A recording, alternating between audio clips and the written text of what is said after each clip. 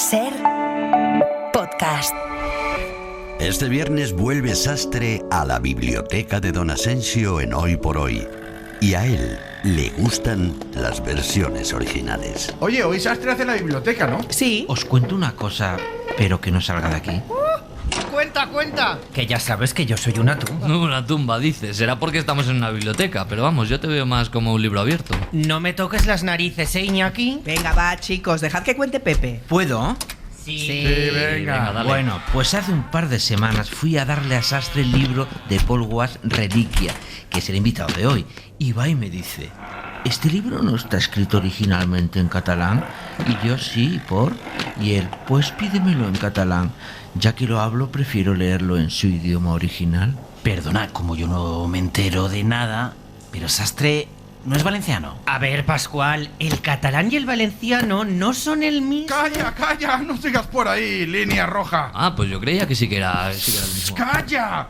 Yo he vivido 10 años en Cataluña y sé de lo que hablo. Sastre habla catalán porque vivió en Cataluña, no porque sea valenciano. Cuidado con lo que decimos, ¿eh? Da igual, ese es otro debate, pero ¿os parece normal que me haga pedir un segundo libro? Me dijo: es que con la traducción al castellano se pierde mucho. Ah, pues entonces que no acepte que su novela se edite en italiano. Li frasi rubate.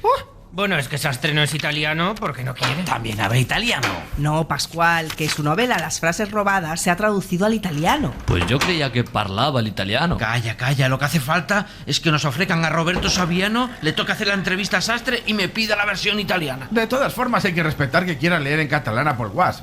Como si nos piden ruso a Dostoyevsky. También habla ruso. Sí, Pascual, y finés. Es una ironía. A ver, yo, como bilingüe vuestra que soy, os debo una explicación y esa explicación os la voy a dar.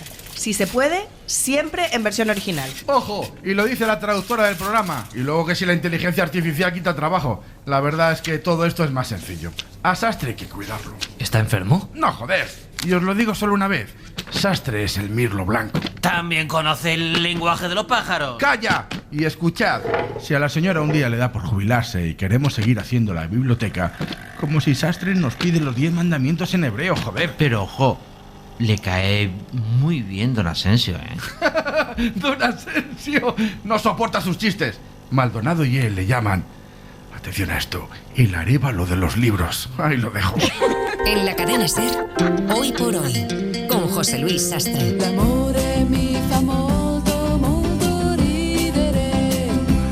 Ay, es que no sé ni por dónde empezar. Antonio Martínez Asensio, buenos días, buen día. Buen día. Oye, por me cierto, ha dolido un poco, eso tengo que decirlo, ¿eh? pero es mentira. Me ha dolido un Es poco. mentira todo. Y luego ya hablaremos, Pepe Rubio, del tonito que utilizas cuando me imitas, ¿eh? Esto ahora luego, después de la publicidad, antes de empezar. La misma lengua hablamos en la Comunidad Valenciana y en Cataluña. Oye, pero tú me entiendes, ¿no, Antonio? Que si puedo leer el libro en el idioma en el que el autor lo ha escrito, pues prefiero leerlo en catalán Yo lo porque lo he entiendo escrito en catalán. perfectamente. Yo si pudiera pedir un superpoder, sería el don de lenguas. Guau. Y leer todo en versión original. Sería una maravilla. Maravilloso. Ay, hoy hablamos de Reliquia de Paul Guas. Hola, Paul Guas, buen día. Hola, buen día, ¿qué tal? ¿Verdad que tú me entiendes que si puedo leerte en catalán, ya que lo has escrito en catalán, es mejor? ¿Tú qué prefieres? ¿Leer las versiones originales o las traducciones? Hombre, siempre es mejor leer el original, ¿no? O sea, siempre que se puede, mejor, sí, claro. En tu caso, Reliquia, editado por Anagrama, la ha traducido Unai Velasco. ¿Has revisado la traducción al castellano tú? Sí, me gusta, con los idiomas que conozco, me gusta bastante estar ahí encima, ¿no? Como para garantizar porque en la traducción se pueden perder muchas cosas, la verdad. Pero bueno, Unai Velasco, que es Premio Nacional de Poesía, él es poeta, editor, hizo un trabajo magnífico, casi no hubo que hacer nada, así que... Pero sí, estuve ahí encima leyéndola un montón, sí. A pesar de este inicio, has venido a un sitio serio, ¿eh? Luego vamos a ir hablando de Reliquia Vale. con Paul Guas, pero saben que antes de entrar en eso, en el libro que nos ocupa hoy, lo primero de cada viernes de Antonio Martínez Asensio es contarnos un libro en 3 minutos. Antonio, ¿hoy cuál? Pues mira, hoy quiero contaros un libro en el que he pensado mucho mientras leía Reliquia, nuestro libro de la semana. En realidad es una novela corta que creó a uno de los personajes más universales de la literatura, Bartleby, el escribiente, de Herman Melville. Luego le preguntaremos a Paul si cree que tiene algo que ver. Bueno, Bartleby, el escribiente, arranca en un bufete y quien cuenta la historia es el dueño. La oficina está situada en Wall Street, encajonada entre 2 edificios. En ella trabajan 2 copistas y un botones. Las cosas empiezan a ir bien en el bufete y el dueño publica un anuncio para buscar otro escribiente escribiente. Y una mañana aparece un joven ante la puerta de la oficina que permanece allí inmóvil, con una figura pálidamente pulcra, lastimosamente respetable, incorregiblemente desolada. Es Bartleby. Después de algunas palabras sobre sus aptitudes, lo contratan. La oficina está dividida en dos partes. A un lado están los escribientes y en la otra el abogado. Bartleby ocupa un rincón en el lado del abogado, con su escritorio pegado a una pequeña ventana lateral sin vistas, y está tras un biombo verde alto y plegable que lo mantiene aislado, aunque puede oír a su jefe. Al principio Bartleby lleva a cabo una gran cantidad de escritos, pero al tercer día de estar allí el abogado llama a Bartleby con mucha prisa por un asunto que hay que terminar, y Bartleby, con una voz particularmente suave pero firme, le contesta: preferiría no hacerlo. El abogado cree que ha oído mal, lo repite más claramente, pero Bartleby contesta lo mismo: preferiría no hacerlo. Frase que ha pasado a la historia de la literatura y de la vida. Efectivamente, pero es que Bartleby vuelve a contestar lo mismo 2 días después, y el jefe, en vez de montar en cólera, se queda helado, no sabe qué hacer, le pide explicaciones, pero Bartleby le contesta simplemente que preferiría no hacerlo. El abogado piensa que debería echarlo, pero en el fondo Bartleby es un tipo serio, no tiene vicios, es calmado, honrado, siempre está ahí, es el primero en llegar, el último que se va. Pero todo se complica cuando el jefe va a la oficina un domingo por la mañana y se encuentra a Bartleby en mangas de camisa, allí en bata. Le dice que está muy ocupado en ese mismo momento y que prefiere no dejarle entrar. Y le sugiere que venga dentro de un rato, y el abogado, que por supuesto podría haber hecho otra cosa, le hace caso y se va. Resulta que Bartleby está durmiendo en la oficina durante un tiempo indeterminado. Y claro, esta vez le echa. Pues no, porque el abogado lo que piensa, más allá de que el escribiente duerme y vive en su oficina, es la terrible soledad en la que vive Bartleby, y se siente lleno de melancolía, casi hermanado con él. Al día siguiente Bartleby no hace nada más que permanecer de pie ante su ventana, en su ensoñación frente al muro, con ojos apagados y vidriosos. Ya no escribe, no hace nada, pero el abogado llega a pensar que su misión en el mundo es proporcionar a Bartleby una oficina por el tiempo que considere justo permanecer allí, pero no puede ser. Decide que es él el que se va a mudar, y Bartleby se queda en la oficina vacía hasta que los dueños le echan, y desde entonces se le ve rondar por el edificio, sentándose sobre los pasamanos de las escaleras por el día y durmiendo en el portal por la noche. El abogado va a verle, le ofrece trabajo, pero nada convence a Bartleby. Prefiere no hacer nada, no moverse, no cambiar. Al final, los dueños llaman a la policía y se llevan a Bartleby a la cárcel por vagabundo, y allí Bartleby se niega a hacer nada, se niega hasta a comer, se queda de pie, de cara a un muro. Creo que estoy empezando a entender por qué has pensado en él al leer Reliquia. Bueno, el final de esta novela corta es uno de los finales más extraordinarios y más tristes que yo he leído jamás, pero no lo voy a contar. Quien quiera saber cómo acaba y en qué había trabajado Bartleby antes de entrar en el bufete, van a tener que leerse Bartleby el escribiente, de Herman Melville. Es brutal.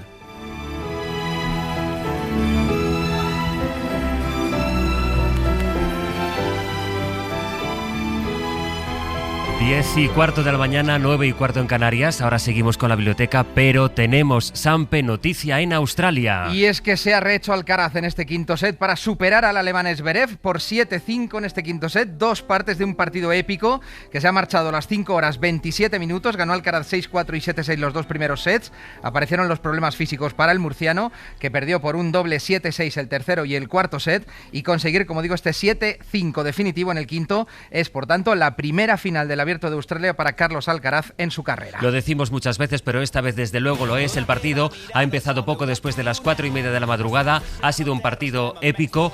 2 primeros sets que tenía muy de cara, que de hecho ha ganado el segundo con un poco más de dificultad Carlos Alcaraz. Luego las cosas se han torcido. Ha tenido problemas musculares. Ha tenido que levantar ese par de tie breaks. La cosa ha sido muy larga y hasta el final, pero lo ha conseguido. Era la primera semifinal y por primera vez Carlos Alcaraz estará en la final del Abierto de Australia.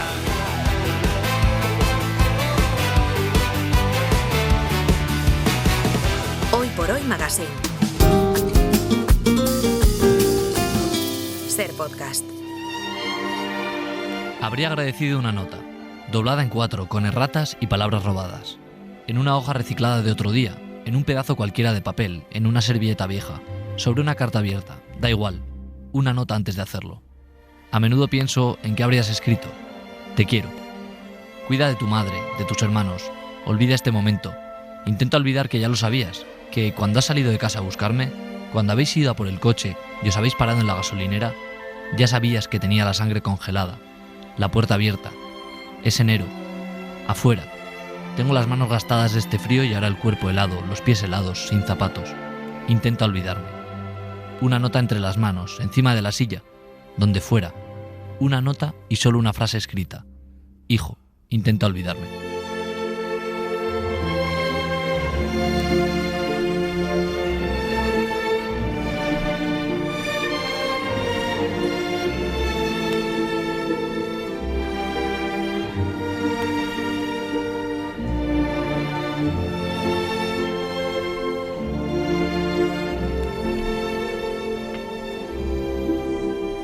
Las 10 y 22 minutos de la mañana, a las 9 y 22 en Canarias. Lo que acaban de escuchar es un fragmento, el fragmento del inicio de Reliquia de Paul Wask, editado por Anagrama, que es nuestro libro de la semana. Lo han podido comprobar en la entrada. Es una novela, sí, es verdad, dura, pero les aseguro que tiene un alto nivel literario. Es una novela que incluye muchas reflexiones que son necesarias. Antonio, ¿tú por qué crees que debe formar parte de nuestras estanterías de la biblioteca? Bueno, yo desde que empecé a leerlo me pareció un libro bellísimo, estremecedor, ¿no? Este relato de lo que sucede después de que el padre del autor se suicide. Una novela profunda, inteligente y muy literaria.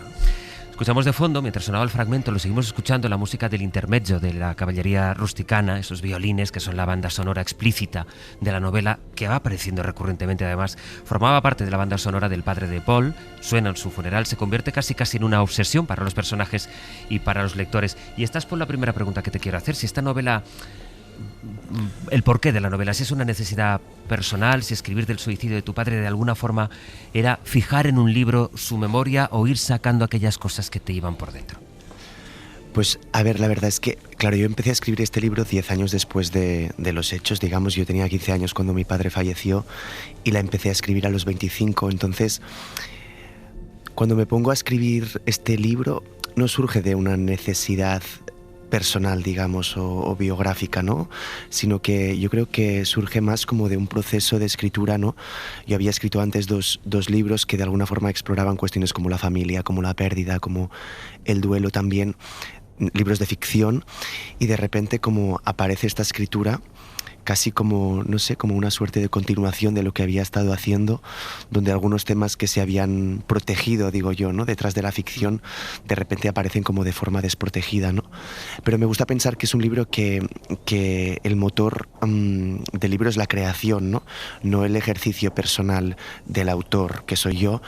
Eso no significa, o sea, eso no quita que el libro haya significado muchas cosas a nivel personal para mí y yo haya hecho procesos personales con el libro, ¿no? Pero creo que eso ocurre con toda escritura, claro, con la de ficción y con la de no ficción, ¿no? Pero es un libro que nace del deseo de escritura. Y como dice Vivian Gornick, ¿no? Yo no escribo sobre mi vida, escribo para utilizar mi vida, ¿no? Claro. Esta vez el fango, el barro de la creación era mi propia experiencia, pero el motor de creación es el mismo que el de los otros libros, ¿no? Que es ver qué ocurre cuando uno se pone delante del ordenador y empieza a escribir, ¿no? Qué magia se despliega ahí, qué misterio se activa. Habría agradecido una nota, arrancas el libro con esa frase. Y es verdad que la nota también va atravesando un poco todo el libro. También hablas de otras notas de suicidio que podrían haber dejado algunos autores, como David Foster Wallace. Lo que más duele en el caso de lo que cuenta esta novela fue esa falta de explicación, esa falta de esa nota, de saber ese porqué. Sí, yo creo que no saber en general es algo que nos duele, ¿no? Como la incertidumbre es una de las peores cosas que llevamos en la vida, y en estos tiempos inciertos, ¿no? Como en tantos sentidos, creo que lo que nos preocupa es no saber, ¿no? Entonces, el libro se articula a partir de esta idea del no saber, que en el caso del suicidio es muy explícito, ¿no? Porque el hecho de que alguien se vaya, no entender los motivos, que no haya una nota de explicación, pues te condena a una gran incertidumbre, pero intento explorar esta incertidumbre, la incertidumbre de la pérdida, ¿no? Como de la pérdida en general, de la gente que se va, de los recuerdos que aparecen sin saber por qué, de por qué la memoria funciona de esta manera tan extraña y por qué volvemos a momentos fundacionales de nuestra infancia sin saber exactamente por qué son esos momentos y de qué forma regresamos allí, ¿no?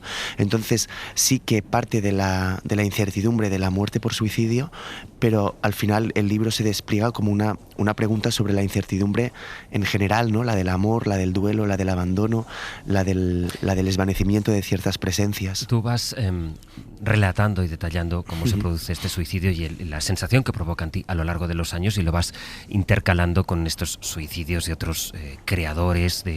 Llegas a escribir, todos los suicidas se parecen un poco, pero cada uno se mata a su manera. Y hay otra cosa, ahora que te escuchaba, Paul, que cuando vas leyendo el libro te das cuenta de cómo tú tienes la sensación, es decir, cuando recibes la noticia de que se ha producido ese suicidio, que no sabes en qué momento se va a producir, pero tampoco te sorprende. Es decir, como que tú ya sabías de alguna manera que este desenlace iba a llegar. Sí, intento hablar sobre cómo también hay un aura de bueno, como de romantización del suicidio, ¿no? Y que eso ha hecho como que el relato sobre el suicidio solo se lea de una forma muy particular, ¿no? Que tiene que ver con o el heroísmo o la cobardía, ¿no? Como el suicidio tiene que ver con, o sea, como socialmente se ha declinado y como muchas veces se ha escrito el suicidio es o porque alguien es un héroe o porque alguien es un cobarde, cuando en realidad muchas veces es el paso final, ¿no? Como la consecuencia de un largo proceso de desaparición, ¿no? Y el libro para mí va más de intentar relatar o intentar rodear una desaparición que se produce de una manera muy lenta, que no de narrar un trauma o un momento como categórico como es el suicidio, ¿no? Como el suicidio nos impresiona mucho porque quitarse la vida es algo muy fuerte, ¿no? Como negar la propia vida, pero en realidad como Barleby, ¿no? Hablabais de Barleby antes, sí. Ahí hay un proceso de esvanecimiento como muy lento, no muy lento, y muchas veces el suicidio es el final de eso, es como una consecuencia última que en realidad es, bueno, es lo que más impacta a los vivos, pero es lo que menos impacta a la gente que lo hizo, ¿no? Porque ahí hubo un proceso muy lento de desaparición. Y conocer a tu padre también, claro, porque hay otra frase que a mí me encanta del libro que dices, la familia es un grupo de desconocidos que decides serlo cada día un poco menos. Es decir, también ese descubrimiento de quién era tu padre, pero también quién era tu madre y quién era un poco la familia, ¿no? Totalmente, y yo eso lo comprendo con los años, obviamente, pero también creo que en esa mirada extrañada de los niños, ¿no? Esos niños que parece que no comprenden nada. No sé si habéis visto la película de Charlotte Wells, After Sun, que también es la relación de un padre con su hija, ¿no? Un padre ahí con todo su dolor, y parece que esa niña, ¿no? Con sus rostros extrañados no comprende nada, pero en realidad lo comprende todo, ¿no? Lo comprende a través de otros canales, ¿no? Yo con 15 años no hubiera podido escribir este libro, obviamente, pero lo comprendía todo, ¿no? Porque los niños lo ven todo y los adolescentes también, ¿no? Lo único que lo articulan con su lenguaje y con sus miradas. Entonces sí, hay un gran conocimiento sobre el dolor de tu padre y una mirada que a lo mejor se articula no con unas palabras muy precisas, pero con una especie de sensación profunda de saber qué es lo que está ocurriendo ahí, aunque no tengas las palabras, ¿no? Las palabras llegan más tarde, pero la sensación del conocimiento y la intuición también son muy poderosas. Han pasado 10 años desde que te moriste y estás cansadamente muerto. Hemos intentado convertir la compasión en una herramienta para entender el pasado y la redención en una excusa para desear el futuro. El duelo es una manera insistente de negar el olvido que, inevitablemente, llega con el tiempo. Matarse, en cambio, debe de ser la mejor forma de asegurarse de que los vivos no te olvidarán fácilmente. Me ha costado enfadarme, porque enfadarme era también una manera de no dejarte ir, y lo único que deseaba era olvidarte.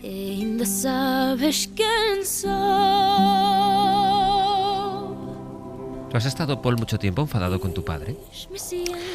No, la verdad es que no. Como no es un sentimiento que tuve muy fuerte, es un sentimiento que tampoco aparece en el libro, ¿no? El libro me da esta distancia, ¿no? De poder articular un relato sin que lo funde sea ni la venganza, ni el enfado, ni la rabia, ni la compasión tampoco, ni la heroización, ¿no? Como intentar relatar unos hechos con la distancia que te permite explorarlos literariamente y con cierta distancia, ¿no? Claro, hay una frase demoledora en el momento del duelo, es: si moriste pensando que nos harías un favor, te equivocabas, ¿no? Es verdad que se suele decir el que se suicida como que se quita de en medio, ¿no? Quien se suicida siempre cree que estorba, no sé, como si pensara que va a hacer algo bien o algo bueno para la familia. Sí, muchas veces es eso, ¿no? La nota en un momento pongo la nota, invoco la nota de Marina Tsvetaeva, ¿no? Que le dejó a su hijo y le decía: si yo hubiera continuado viva, todo hubiera sido peor, ¿no? Como que el suicida muchas veces, esa sensación como de que, bueno, el relato que decimos que él escoge irse, en realidad está mal formulado, ¿no? Porque escoge realmente una persona o opta por esa vía porque tiene la sensación que es la única vía abierta, ¿no? Como que no hay alternativa, y muchas veces esa no alternativa tiene que ver con la sensación de generar ligereza para la gente que se queda, ¿no? Aunque eso después sea absolutamente contrario. Al empezar la conversación hablábamos, Paul, de esa necesidad de entender y sobre todo ese momento en el que no te cuadran las piezas, no le ves lógica. Después de haber escrito este libro y habiendo pasado tanto tiempo, ¿tú ya has entendido? Sí, yo creo como que la comprensión tiene que ver también, es como los finales, ¿no? Que nunca llegan de una manera clara y radical y rotunda, ¿no? Sino que la comprensión es como un proceso en el que uno va sintiendo que a lo mejor las piezas encajan, pero sin una sensación total de liberación, ¿no? O de relajación. Entonces, la escritura me permitió comprender muchas cosas sin tener una verdad absoluta, ¿no? Que eso es una cosa extraña, porque muchas veces nos pensamos, bueno, la comprensión de ciertos discursos, ¿no? Como el médico, ¿no? Un discurso médico que te dice, sí, usted ha muerto por esta causa, ¿no? O usted está enfermo por esta causa, o a usted le va a ocurrir esto, ¿no? En cambio, lo que tiene que ver con la ausencia y con el duelo y con las desapariciones, la comprensión creo que no se genera de esta forma como total, ¿no? Como o radical o completa. Y la literatura te permite, lo digo también en el libro, ¿no? Evocando a Marguerite Duras, esa cosa del rodeo, ¿no? Como de rodear una historia, dar vueltas y vueltas y vueltas a una historia y, no sé, intuir cosas, ¿no? Como comprender cosas sin que sea una comprensión total, pero como, sí, mirar, ¿no? Más que comprender es poder mirar de frente, y el mirar de frente nos da una visión sobre las cosas importante, ¿no? Que a lo mejor se parece un poco a la comprensión. Podemos hablar del sufrimiento, escribir de dolor. Nos puede ayudar a salir de los abismos, la escritura, a emular las voces que no se han pronunciado. En la más oscura oscuridad, fingir la voz del Padre, buscar su luz, a adivinar el atajo que te aleja del infierno o a quedarte ahí, a querer quedarte en el infierno un poco más. Leemos sobre lo que nos da miedo, escribimos de lo que nos estremece, nos fascina lo terrible, lo macabro, feroz, sanguinolento. Insistimos en nosotros, en las propias historias, porque aunque seamos de olvidar, no soportamos que nos olviden. Escribimos para decir que hemos escrito, no por el deseo de la escritura. Queremos demostrarle al mundo que pudimos sobrevivir. Decíamos al principio que yo decía que era un libro muy literario, ¿no? Es verdad que en un momento dado te preguntas si de repente tu suicidio se convierte en literatura. Bueno, el suicidio es muy literario. Tú recorres muchísimos autores, algunos de ellos no se suicidaron, pero la mayoría cuentas un poco cómo fue ese proceso. Siempre ha estado muy presente, ¿no? En la literatura el suicidio. Sí, yo creo que sí. Es que es una... bueno, tiene que ver muchísimo con la literatura, porque hay esa mirada romantizada también, pero no, bueno, muy extendida socialmente, ¿no? Que mezcla o une la creación literaria con el desasosiego vital, ¿no? Incluso con la locura, con la tristeza, con la melancolía, y hay esa relación, ¿no? Como ese mito del escritor suicida, ¿no? Como una especie, o del artista suicida, ¿no? Como una especie de genio, ¿no? Eso es un relato social como muy, muy sólido, sí, ¿no? Entonces ha convertido el suicidio en una materia literaria, pero a mí me interesaba también que este libro se articulara desde la anonimidad de una persona tan normal como mi padre, ¿no? Una persona cualquiera, digamos, una vida no sé si anodina, ¿no? Como una persona, ningún héroe, ¿no? El hecho de que no se desvele su nombre en ningún momento del libro también tiene que ver con eso, ¿no? Y el equiparar a mi padre con esos grandes autores no es para decir que mi padre es como esos autores, sino a lo mejor para decir que esos autores son como mi padre, ¿no? Como que detrás de esas vidas también había una vida normal y corriente, ¿no? Más allá de la creación. Algo que cuentas en el libro también es cómo este suicidio te marcó, te impactó, en fin, como es evidente, ¿no? Pero incluso cómo atraviesa tus relaciones, tu forma de entender el amor, la amistad. Era imposible, no sé si evidentemente por el impacto de la muerte de un padre, pero además por la forma en que él pierde la vida, que te atravesara tanto en todas las cosas. Sí, yo creo que sí. Para mí el libro también... Mira, el otro día una periodista me decía, más que sobre el suicidio, para mí este libro va de cómo un niño de 15 años pasa a convertirse en un hombre de 25, ¿no? Y yo lo entendí, lo que me decía, y es cierto lo que decís ahora vosotros, ¿no? Como que el libro trata también de cómo se abre la vida en mitad del dolor, ¿no? O a través del dolor, de cómo ese niño de 15 años pues conoce el amor, la amistad, repiensa la familia, se enamora, crece, estudia y se abre el futuro delante de él, ¿no? Y como eso no se puede separar del dolor de la muerte, del proceso del duelo y de la ausencia, ¿no? Que muchas veces también, tal y como nos plantean los duelos y las pérdidas, muchos libros y muchas películas, es como si fuera un evento que cuando ocurre eso no ocurre nada más, ¿no? Claro. Como que el personaje queda suspendido en un momento de duelo o de pérdida, y es no. O sea, la tragedia, y eso lo decía Joseph Brodsky hablando de Tsvetaeva después de que Rilke, ¿no? De quien estaba enamorado se muriera, que decía, la tragedia no es que Rilke se muera, la tragedia es que la vida vida después de Rilke continúa. Claro. Y esa es la tragedia, ¿no? Hay Una otra tragedia frase donde que me encanta del libro que dices, ¿por qué el fin del amor y la muerte se parecen tanto, ¿no? También, en el Exacto. fondo, bueno, pues en la vida ocurren estas cosas, ¿no? Sí, eso lo digo también, eso que comentaba ahora, ¿no? En relación con Etsbetaye by Rilke, ¿no? De que, bueno, que hay algo del fin del amor, del tener que continuar después de, que se parece mucho al después de la muerte, ¿no? Que es el tener que continuar después de, y ahí está el componente trágico, ¿no? De la pérdida, yo creo. Me cuesta dejar de escribirte. Ha sido veloz y a la vez un tiempo inacabable. Tengo el cansancio de haber vivido una vida entera que no era la mía.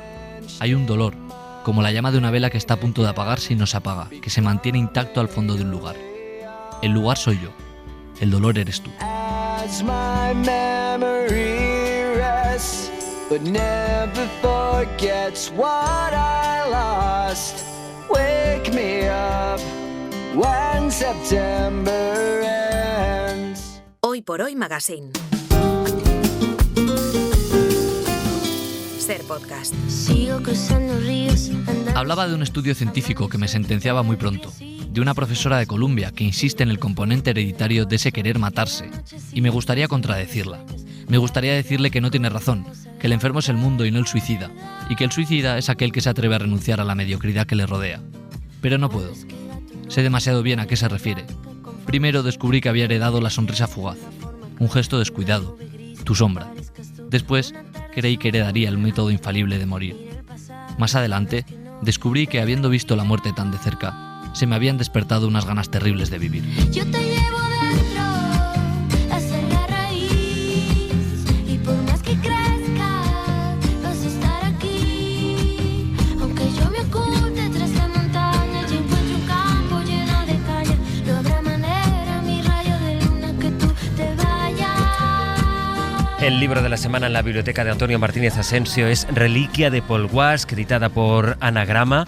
Hay una historia central en la novela en torno a la que se mueve también, que es el suicidio del padre del narrador, y a la vez hay una obsesión o un miedo, y es la posibilidad de que el suicidio, las ganas de suicidarse sean hereditarias, porque en la familia ha habido 2 suicidios y es algo que va describiendo Paul en la novela, que no solo ha ocurrido en su familia, sino que ha ocurrido tantas otras veces.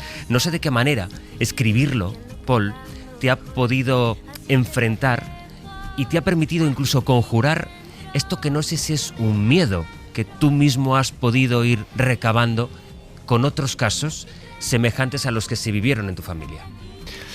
Sí, yo creo que es un miedo y a la vez es una certeza, ¿no? Que la familia y lo que tú vives dentro de tu familia es algo que te marca profundamente y es algo que, bueno, que en la familia se transmiten muchas cosas y también muchos dolores, ¿no? Y entre ellos podría ser que eso se transmitiera, ¿no? Pero como tú decías, que me gusta mucho esta palabra, ¿no? La de conjuro. La escritura es una forma de conjurar en contra de ciertas, ¿no? Como verdades petrificadas o ciertos relatos como muy solidificados.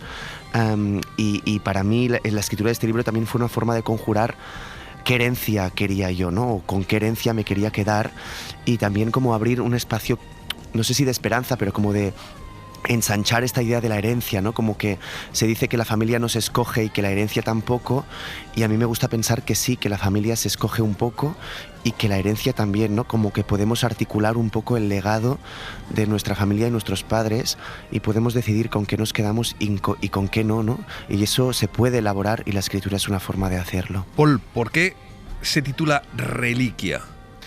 Mira, a mí de reliquia me gusta esta idea de que no es ni metáfora, ni símbolo, ni alegoría, ¿no? La reliquia es la cosa física, el elemento físico que sustituye la ausencia, ¿no?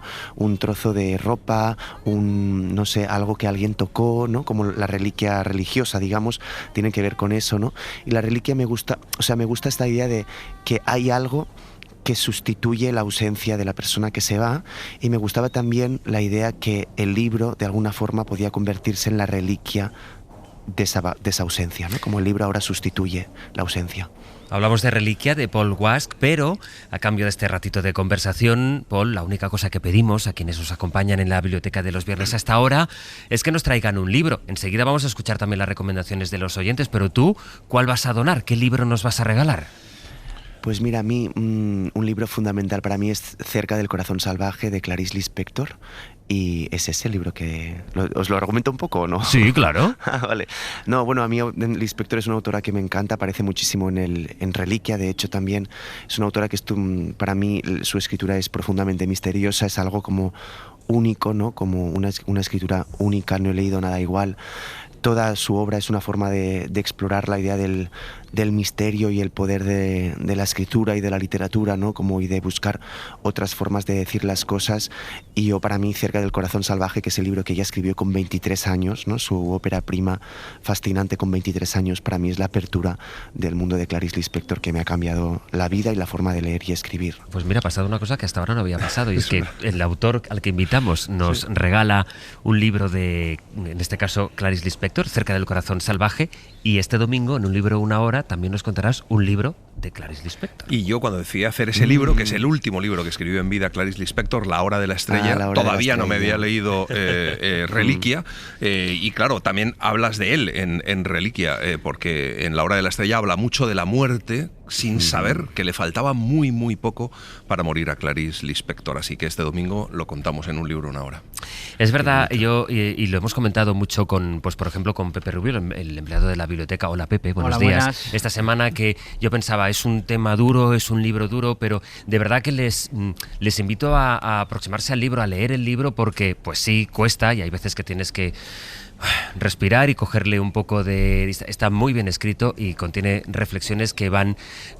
Efectivamente, cómo se puede hablar de la vida y de la vida que llevamos, y en el caso de Paul, que todo le pasó tan joven, de esa transición de la adolescencia, de la juventud, a una madurez a veces sobrevenida a partir de un suceso tan terrible como el que él vivió. Bueno, pero más allá de eso, novedades, ¿por dónde empezamos? ¿Qué traes en el carro de la biblioteca? Una que me encanta de entrada, Textos vivos, notas de un reencuentro de José Carlos Mayner, editado por Renacimiento. Mayner es el gran tótem de la Edad de Plata española. De la crítica literaria, sí. Sí, y selecciona una antología de algunos de sus artículos, ensayos, estudios, prólogos de edición y reseñas críticas sobre la literatura de nuestro exilio republicano de 1939.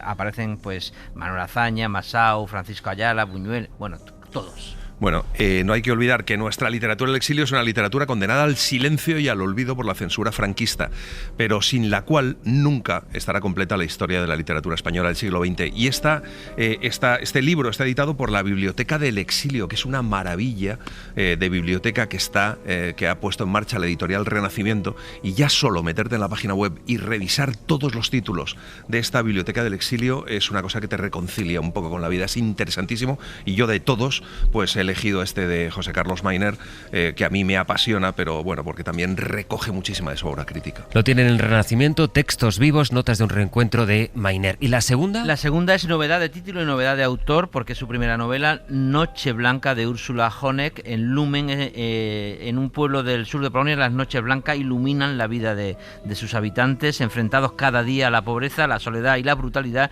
y Úrsula Honeck nos sitúa en la frontera entre la realidad y la imaginación, memoria, nostalgia, tragedia y esperanza. Es verdad, porque es un libro a la vez muy lírico y bellísimo, pero luego, sin embargo, es un libro escrito de una forma muy peculiar, como muy cercana, ¿no?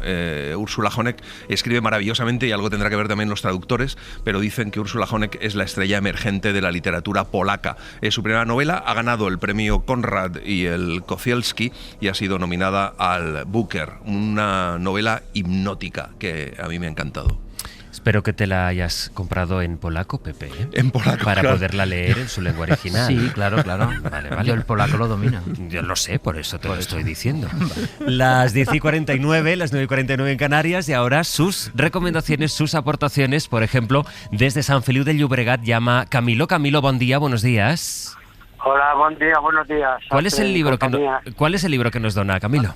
A ver, yo donaría los tres que escribió, que bueno, la pena es que no murió joven, que es El último barco de Domingo Villar.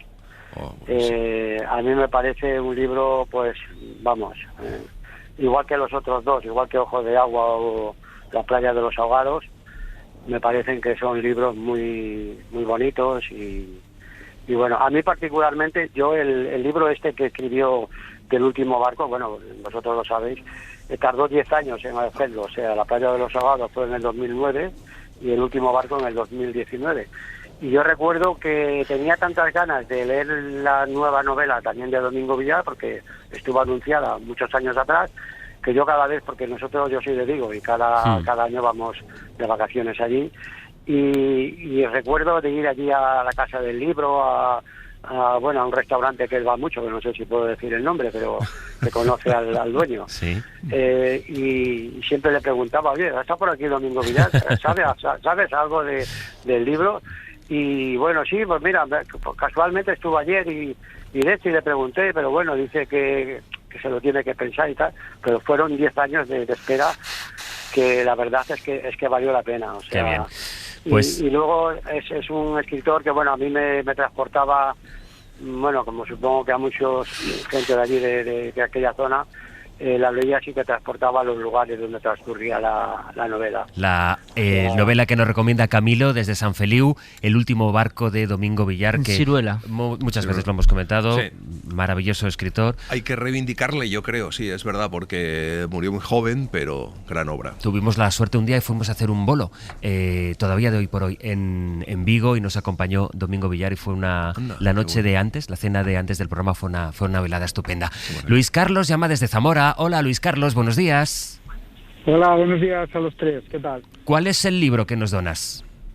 Bueno, pues quería donar una novela gráfica de Javier de Isusi que se titula He visto ballenas, y que la traigo aquí precisamente porque en esta misma semana el Club de Lectura Ágora de Zamora es el libro que hemos tenido durante este mes como lectura. Y como casualmente todas las intervenciones del miércoles pasado en cuanto a la recomendación, siempre acabamos diciendo que si recomendaríamos o no el libro que hemos traído entre manos, ¿no? Bueno, pues en esta ocasión prácticamente hubo unanimidad, y por eso me parecía interesante no solamente donarlo, sino también recomendarlo a la biblioteca de Don Asensio, y de eso se trata. He visto ballenas de Javier de Isusi, está en Astiberri. Pues Luis Carlos, muchas gracias. Un saludo. Hasta luego. Él mismo lo ha dicho, Astiberri, que está especializada en la publicación de novelas gráficas y Qué buenas auténticas novelas joyas. se están publicando, es una maravilla. La verdad que sí, cada vez más, y se agradece, y es que son libros de... Y tenemos hay que hacer un estante aparte para la novela gráfica. Y lo intentamos ir rellenando, porque hay auténticas joyas y que se leen de una forma extraordinaria, además. Belén de Getafe, buenos días, Belén. Hola, buenos días. ¿Cuál es su libro? Mi libro es Vanguardia es una mujer. Y cuénteme por qué. Es un libro ilustrado que habla de las mujeres de la generación del 27 que realmente casi nadie conocemos. Yo he estudiado literatura en el instituto y demás, y nunca me habían dado a las mujeres del 27, cuando en la generación del 27 en hombres la conocemos todo. Es un libro que es una reivindicación de que ellas eran iguales de artistas e intelectuales, porque había escritoras, pintoras, guionistas, que ellos, y sin embargo las tenían bastante en la sombra. Es un libro, yo busqué el libro porque mi sobrina en literatura hablaba de la sin sombrero. Claro. Mi sobrina es 20 años más joven que yo, y yo era sin sombrero, no conocía nada, y sin embargo me gusta mucho esa parte de la literatura. Entonces lo busqué y encontré este libro, y es que me ha encantado. Empecé a leerlo un domingo por la tarde, el lunes tenía que trabajar y es que estaba pensando en el libro para seguir leyendo el libro. Es un libro de muy fácil lectura, la verdad. O sea, y para todo tipo de público, no solo mujeres. Es sobre Concha Méndez y su entorno, y es una maravilla. Yo lo he leído y es una gozada, y no solo la parte literaria, sino también la parte gráfica, es maravilloso. Qué bien esa sensación, Belén, cuando tienes un libro que sabes que te está esperando en casa y solo quieres llegar y acabarlo. Sí, sin embargo tienes que trabajar. Sí. Belén, muchísimas gracias. Está en Norma Editorial. Hasta luego. Sí. En Norma Editorial vamos a saludar también a Pascual Donate. Hola, Pascual. Muy buenas. Que saben que se va paseando por la redacción buscando aquellos descartes, aquellos libros que se encuentra en la mesa de algún compañero o en algún armario de la redacción. El de hoy está incluso envuelto en plástico. Efectivamente, es unos versos sueltos. Está envuelto en plástico, en su plástico protector, y tiene incluso una tarjeta del que intuyo yo que es el editor. Es que no entiendo la letra muy bien porque es como letra médico. Entonces yo no sé si estaba destinada a alguien, pero bueno, intentaré averiguarlo. El libro se titula Vida Ávida, Poesía Reunida 1970-2022. Es un libro de poemas de Ángel Guinda. Es un poeta aragonés, de esos poetas que digamos, han vivido al margen de los grandes núcleos que eran Madrid, Barcelona de la poesía, menos conocido a nivel nacional, pero muy conocido en Aragón. Está publicado el libro por Olifante Ediciones de Poesía. Es una antología imprescindible de Ángel Guinda. Paul Wask, ¿y tú qué libro tienes ganas de volver a casa porque quieres acabarlo? ¿O tienes muchas ganas de acabar en el que estés para empezar el siguiente? Mira, justo ahora he empezado a leer un título que se llama Un deseo desmesurado de amistad, de cuyo autora, pues no te sé decir el nombre exactamente. Hélène Janequini. Hélène Janequini me parece que es el nombre, que es un libro que trata sobre la amistad, sobre amistad en relación a la sexualidad, también a unos años de activismo, ¿no? En relación también a la SIDA. Bueno, no sé, como es un libro que creo que está por publicar, creo que no se ha publicado todavía, creo que sale la semana que viene o así. Es un libro que publica Anagrama y no es por hacer publicidad de mi editorial. Pero ya de paso, ¿no? Pero es que es verdad que estos días, chicos, me estoy leyendo muy poco con todas las entrevistas, la promoción, tal. He entregado la tesis, estoy como entregando un primer manuscrito de la tesis doctoral, o sea, estoy como que me está costando mucho leer y este libro cayó en mis manos, me lo pasó mi editora y lo empecé, me está gustando muchísimo y tengo ganas ahora de ponerme este fin de semana a terminármelo. Es un libro muy, muy interesante, una forma ensayística, híbrida, testimonial, algo muy, muy, muy brillante. Sí, tengo ganas. Un deseo desmesurado de amistad, creo que estará en librerías en una semana o algo así. ¿La tesis de qué va? De literatura y amor, y ahí aparecen Lispector, Kafka, Etsvetaeva, algunos autores que me han obsesionado y que aparecen en Reliquia también. Están todos ahí, ¿eh? No se escapa de lo que le gusta, Era supongo. de Hélène Janequini, ¿no? ¿Cómo? Lo bonito que nos había quedado, estaba quedando poético. Estaba quedando bien. No, es que es muy difícil en italiano, tú lo dominas, pero yo no.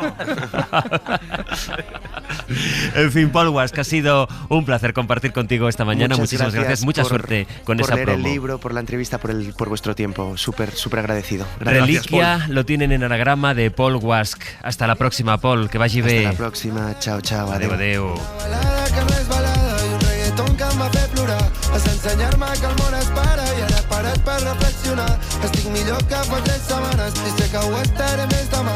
Sé que estás entendiendo la letra también como yo, Pepe. No hace falta que disimules. Sí. Detalles. Bueno, con ellos vamos a ir acabando ya. Antonio, hasta la semana que viene. Hasta muchas la semana gracias. Que viene.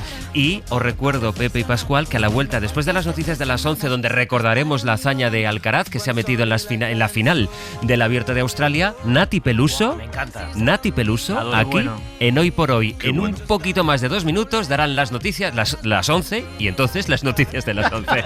Adiós. Porque estoy bien así. ¿Cuántas veces lo he pensado?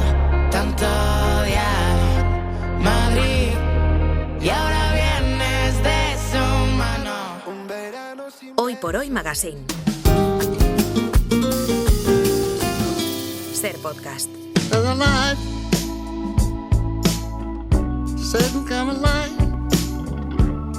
That never shone on me. I want my life to be to live with you, live with you. There's a way. Las 11:09, las 19 en Canarias. Ya les adelantaba que hoy en nuestras historias musicales pasarán muchas cosas bonitas porque vamos a escuchar grandes canciones y a grandes artistas que las siguen haciendo posibles. Y para velar por eso mismo, para que nunca nos falte música de la buena, nadie mejor que Fernando Neira. Buenos días. Muy buenos días, José Luis Sastre. Acompañado como siempre de Iñaki Pascualena. Buenos días. Hola, ¿qué tal? Buenos días. Bueno, hoy debo confesaros que tengo el cosquilleo en el estómago de los días grandes porque enseguida no eres el único. Vamos a escuchar a nuestra invitada. ¿Qué invitada? Así que vamos al grano ya. Neira, con tu disco de la semana.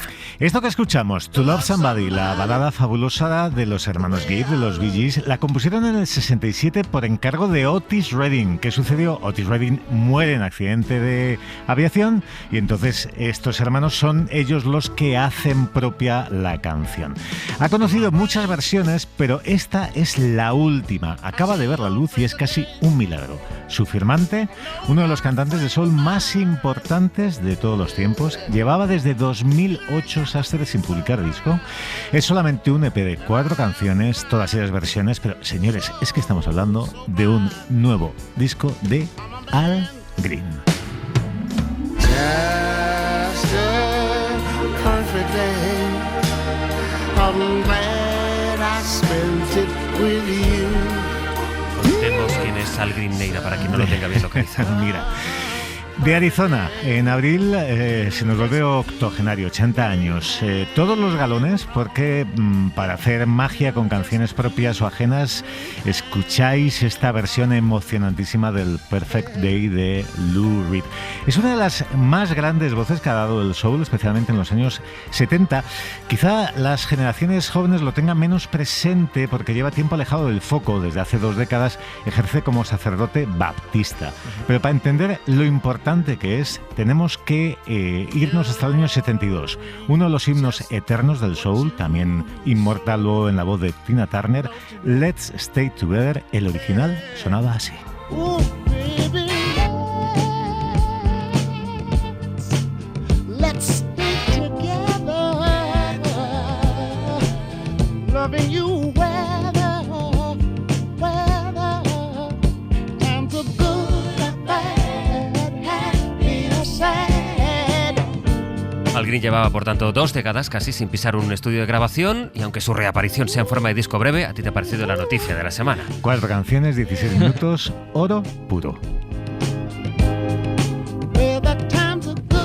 Hoy por Hoy Magazine. Ser podcast. Alrededor de los grandes creadores, sobre todo cuando se convierten en artistas de masas, suele construirse un aura de misterio. Nos preguntamos cómo son cuando se apagan los focos, pero pocas veces tenemos ocasión de averiguarlo. Hoy en nuestras historias musicales nos vamos a acercar a un artista joven, con cientos de millones de escuchas, y vamos a intentar conocerla a través de lo que mejor la define: sus propias canciones. Yo entiendo que digas que mi culo está muy bueno. Ven y vos pruébame que te enseño mi veneno. La sandunguera, yo soy la verdadera. Salsa y sabor, oye, más tú quisieras. Allá por 2018, cuando publicaba sus primeras canciones desde la más pura independencia, ya dejaba claro, sin medias tintas, este espíritu sandunguero. Imposible que pasara inadvertido este talento fresco y desenvuelto. No tardó en llamar la atención de una multinacional que confirmó lo que ya parecía evidente. Además de artista, era también una auténtica businesswoman. Me llama porque soy una businesswoman. Tengo negocios que dirigir yo sola. Una mujer de negocios afincada desde 2004 en España por los avatares de la vida, pero que no olvidaba ni su DNI argentino ni su inquebrantable vínculo emocional con la ciudad de Buenos Aires. Melancolía barata en la televisión. ¿A dónde va? Eso es lo que rezamos. Esta noche me convertí en animal. Pude ser una aprendiz desgraciada. El impacto de Calambre y Grasa, sus 2 álbumes, ha sido enorme: 5 Grammys latinos, una gira mundial, la consolidación de uno de los nombres más influyentes de la música latina actual, y ahora, fiel a este carácter inquieto e impredecible, vuelve a dar un giro inesperado, esta vez con un disco dedicado a una pasión que la acompaña desde niña: la salsa. Una salsa abierta, diversa y muy personal, que protagoniza los 6 temas de este Malportada. Cuando estaba pequeñita, mi mamá siempre decía: Natalia, no hagas eso, pero yo siempre lo hacía. Mientras más me digan que no, más me provoca hacerlo. No importa si me consigo un castigo por eso. Tanto castigo y yo, mal portada, mal portada.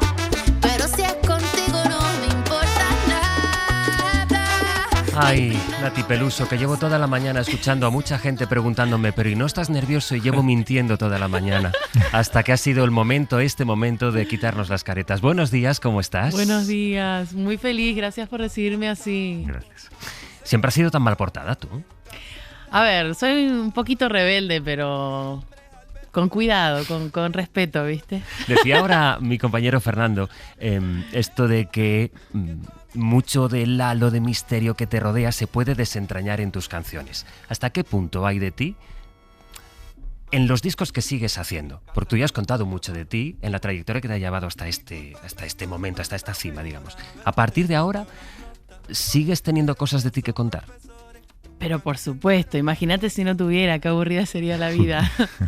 No, gracias a Dios, siento como que recién estoy empezando. Siento que el considerarme un aprendiz de esta maravilla, de este oficio, me mantiene como siempre muy curiosa.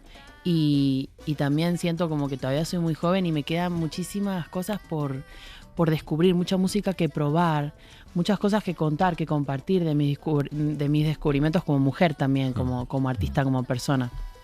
Y también todo lo que voy aprendiendo a lo largo de las giras, no sé, te nutre y te inspira para contar nuevas historias, para generar nuevas etapas. ¿Llevas un cuaderno con...? Sí, varios. ¿Cuaderno, notas de móvil? Sí. ¿Dónde te manejas mejor? A ver, seamos sinceros, las notas de móvil son lo más fácil porque es lo que más a mano está, pero sí que hay como algo del ritual de escribir a papel, que siento como que se solidifica más el pensamiento cuando lo plasmamos en puño y letra. No sé, porque hay algo como de que sea tangible, que cuando es importante, siempre lo escribo en papel. Después de 2 álbumes de impacto global, como han sido tus 2 LPs, Nati, ahora esta incursión en el mundo de la salsa, aunque sea una incursión evidentemente muy personal, muy ecléctica, muy tuya, ¿crees que puede haber una parte de tus seguidores que se hayan sentido al principio un poco desconcertados? Yo creo que no, porque creo que fui coqueteando con el género de manera suave a lo largo de mi carrera. Si bien cuando empecé, incluso con la sandunguera que ustedes acaban de poner, no era salsa para nada, pero ya se demostraba como mi pasión por el género latino. En general, que el género latino, bueno, es una boludez, no existe, ¿no? Me refiero a todos esos ritmos, esos sonidos, ese gusto por la música latina. Pero luego fui como incursionando más con Mafiosa, con Puro Veneno en Calambre. Todos mis discos han tenido salsa. Puro Veneno yo creo que fue la primera canción de salsa como tal que saqué. Luego Mafiosa fue un movimiento para mí, para mi público en los escenarios. Es una de las canciones más fuertes en las giras, las que más se corean, las que más se gritan. O sea que yo creo que la salsa ya estaba en mi ADN musical con mi público. Y después ya con La Presa en Grasa ya me sentí suficientemente preparada como para dar el siguiente paso. Pero la salsa es un género que yo le tengo tanto respeto que sí que es verdad que quería esperar a sentirme preparada para poder hacerlo como se debe. Entonces fui coqueteando. ¿Qué pozo te ha dejado en la memoria esas semanas de estancia en Naguabo? Porque creo que salieron muchas canciones, incluso nos podemos quedar con las ganas de que hubieses grabado más de 6. Grabé muchísimas más que 6. Ah, amigo. ¿Dónde están? Bueno, viste, poquito a poco. Pasa eso que también se consideró que quizás era demasiado para sacar de golpe y hicimos una selección, pero estuve un mes en Puerto Rico y fue probablemente uno de los meses más felices de mi vida, porque era un gran sueño para mí ir a Puerto Rico a aprender, a nutrirme. Siempre me interesa mucho ir a la raíz de la música que a mí me apasiona porque siento que es donde más sentís la vibración de lo que te emociona de esa música.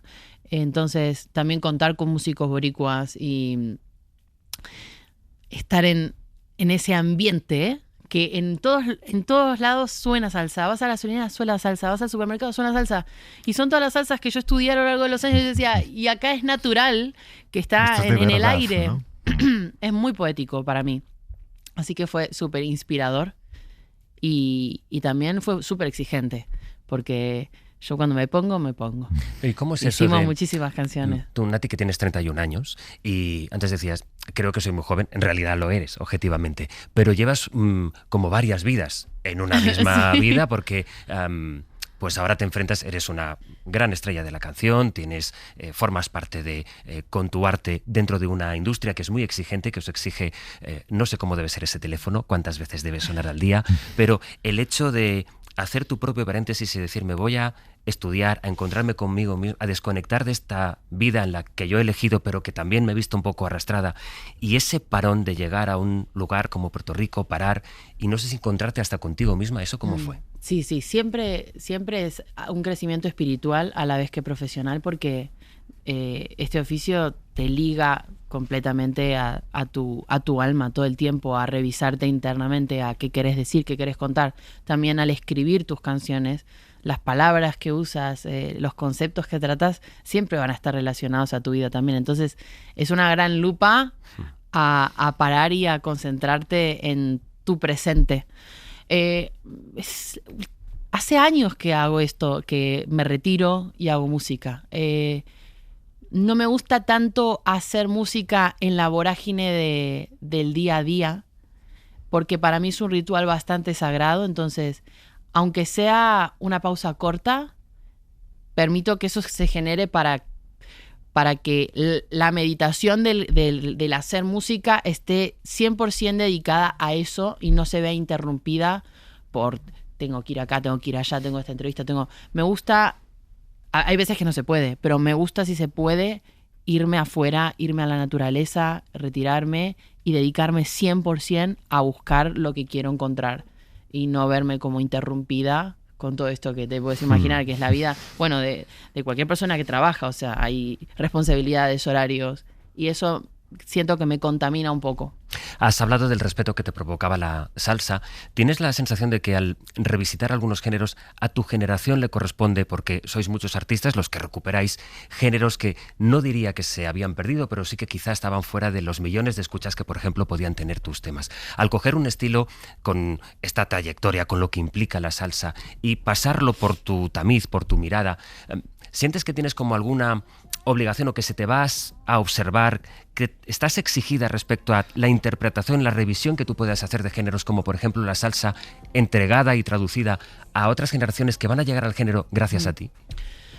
Soy muy consciente de eso. Intento ser muy cuidadosa con el balance de respetar la cuna de la música que hago y el origen, y a la misma vez sentirme libre para proponer mi visión. Siento que, o sea, la música para mí es mi manera de hablar, de llorar, de reír, de expresarme. Entonces, no me limito mucho la dejo ser, bajo siempre esa mirada de lo quiero hacer con respeto, lo quiero hacer con una buena intención, y sobre todo rodeada de gente que aporte la seriedad que hay que darle a un género como la salsa, que yo respeto tanto, que para mí es una religión. Entonces voy a contar con los mejores músicos. O sea, esa es mi manera de rendirle culto y rendirle respeto al género que vengo a habitar, y que por supuesto lo hago para exponerlo más, porque a mí me trae tanta dicha que yo pienso, si yo soy un espejo para que toda esta gente que quizás no consume salsa pueda escucharla y sentir lo mismo que siento yo cuando la escucho, ¿por qué no lo voy a hacer? Entonces forma parte de ese ecosistema de yo también, como espectadora de la salsa, querer compartir lo que yo siento al escucharla con mi gente y generar eso mismo que me provoca a mí. A Nati le conocemos todos por canciones que se han convertido en auténticos himnos con millones y millones de reproducciones, pero yo creo que hay una que en ese apartado se coloca un poquito igual más por encima de las demás, porque forma ya parte de las míticas ya Bizarrap Sessions. Qué buenas vistas tenés cuando me pones a cuatro patas. Si se entera de esto, mi papá te mata. No te doy la gracia. Son 326 millones de escuchas solo en Spotify. Y yo te quería preguntar un poco cómo es grabar con Bizarrap allí en su guarida, digamos, en su refugio, porque en los vídeos parece un poco casi, pues eso, que es un sitio, una habitación sencilla, pero ¿cómo es aquello? ¿Cómo es grabar con él? A ver, yo creo que ahora su entorno es diferente a cuando lo hicimos en su momento. Cuando lo hicimos en su momento era su casa, era una habitación, y era lo lindo de hacer una Bizarrap Session para mí, era entrar en su mundo, que para mí eso es colaborar al final, entrar en el mundo de la otra persona y prestarse a vivir su entorno, sus manías y su sonido. Entonces, a mí me gustó trabajar con Visa porque a los dos nos gusta mucho el hip hop.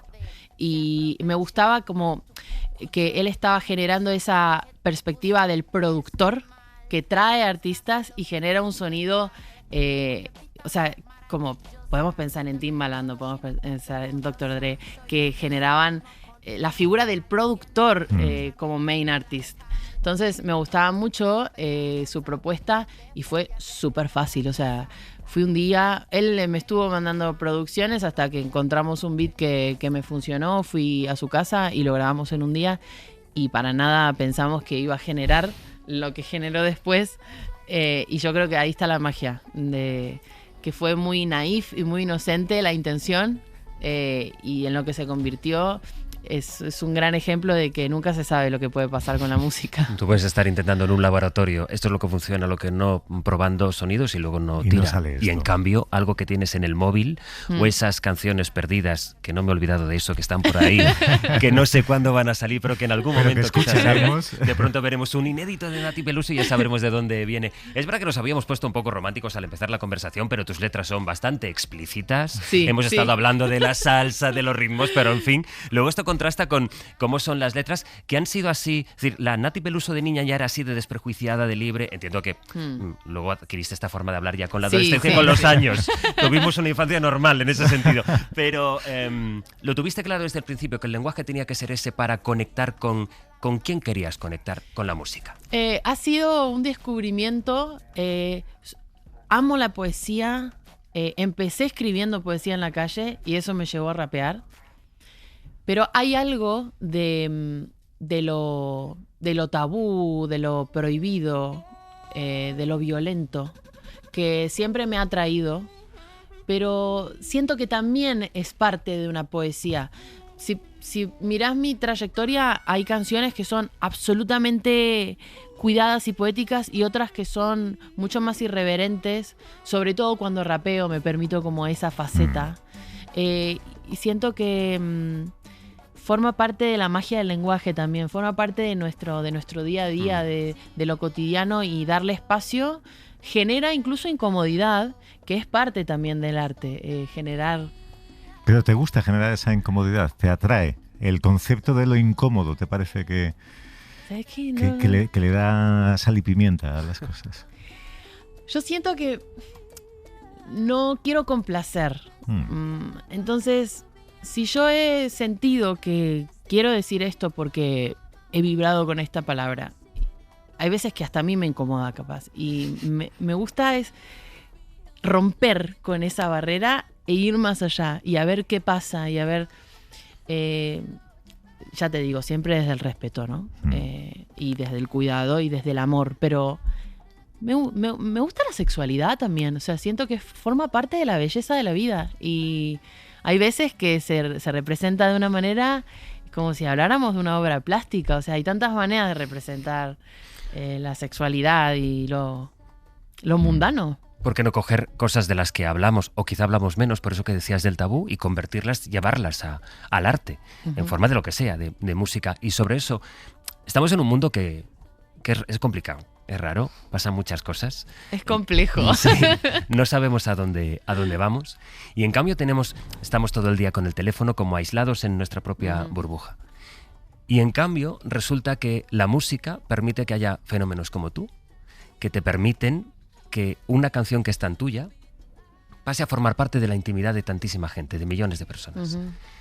¿Qué puede hacer la música en el mundo en el que estamos?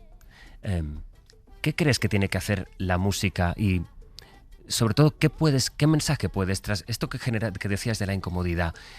¿Por qué nos hace falta la música? Y desde un punto de vista incluso generacional, a los que venís, a los que llegan, a los que empiezan, ¿de qué manera la cultura y el arte tiene que situarles ante qué perspectivas en el mundo? Qué responsabilidad esta pregunta. Ha habido silencio para pensárselo. Soy consciente de eso, pero ¿hasta qué punto se puede digerir el vértigo que tú eres una chica normal que a la vez eres Nati Peluso? Bueno, eso es algo que yo me pregunto todavía. Siento que va mucho más allá de mí y de mi ego, de yo, persona que existe y generó esto.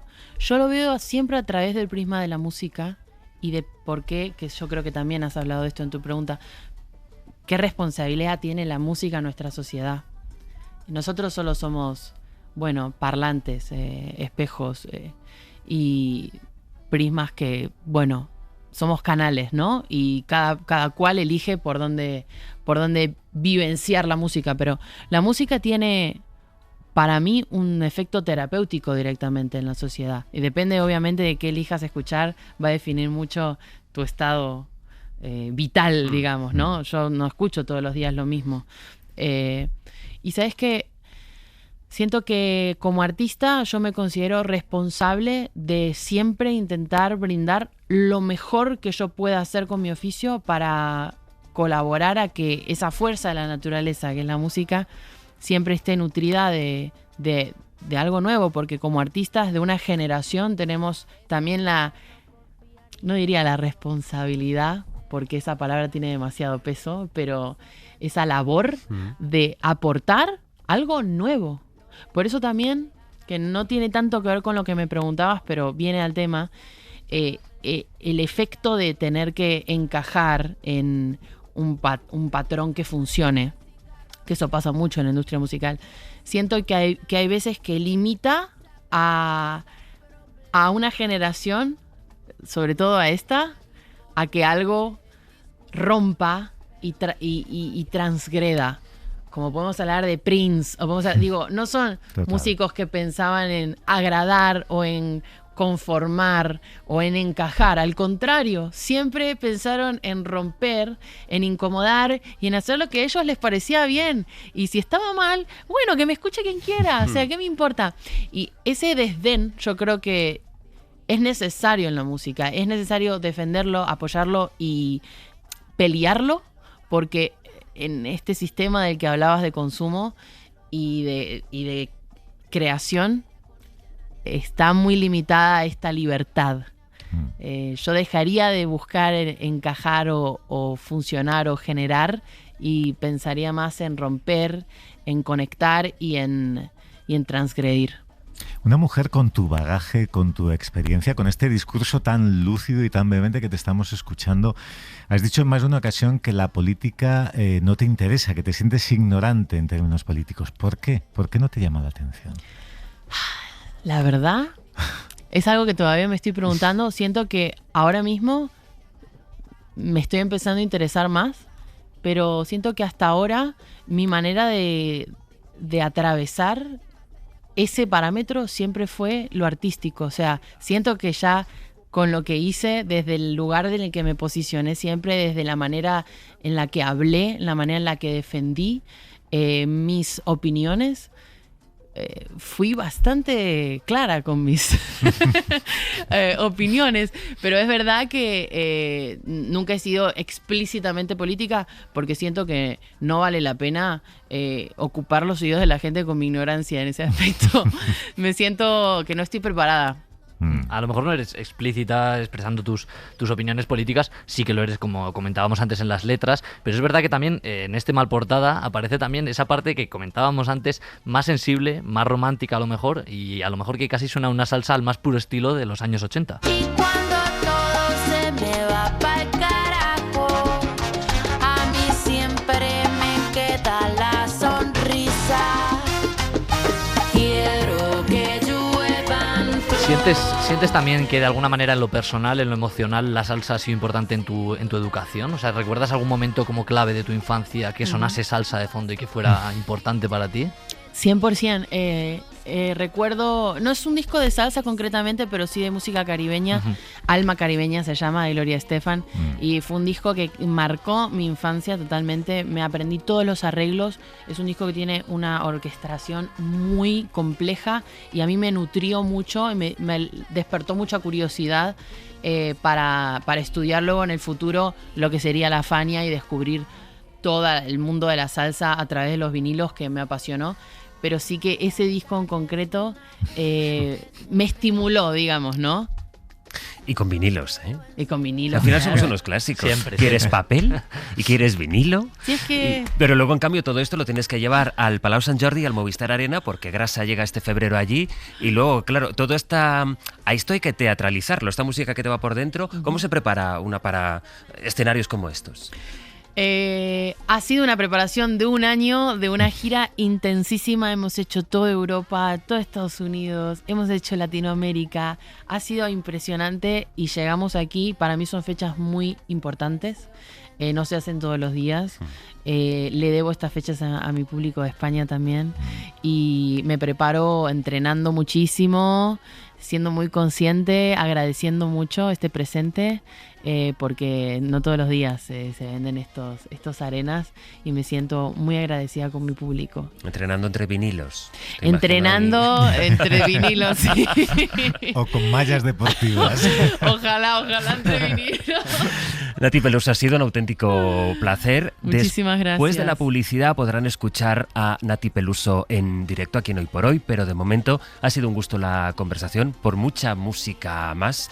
Es extraordinario tenerte al lado y pensar dentro de 10 años qué música podrás venir a ofrecernos, qué Por música favor. escucharemos, porque yo creo que es algo que no sabemos nosotros, pero me da la sensación que ni siquiera tú, porque ¿qué sabemos nosotros? No ya de dónde estaremos, sino de qué cantaremos. Exacto, pero aquí estaremos y gracias por hacer radio con tanta calidad, chicos, es un placer escucharlos. Muchas gracias, Nati, te escuchamos ahora. Seguimos en Hoy por Hoy, en la SER. Una piedra que no pecó y con un beso ajeno el cielo tocó hasta en el vago mundo. Llegado el momento de poder compartir esta interpretación acústica con voz y música en directo de Insensata, de su último EP Mal Portada. Al piano Didi Goodman, la voz la pone Nati Peluso. Cuando queráis.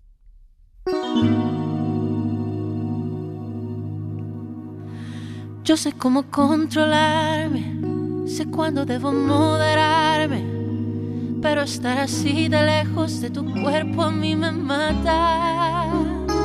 Me genera confusión, me marea la pasión. No sé cómo hacer para no actuar como una insensata. Necesito que me des lo que solo tú me das. Me quemas incluso en la distancia, pero sabes que tu fuego no está dando su calor, porque soy yo lo que te falta. Lo que se hace por amor no tiene ningún sentido y muchas veces deja herido el corazón, pero esa es mi decisión. Extrañarte como loca, si tus manos no me tocan, tu recuerdo es como un porro y me arrebata. No me importa que me digan insensata.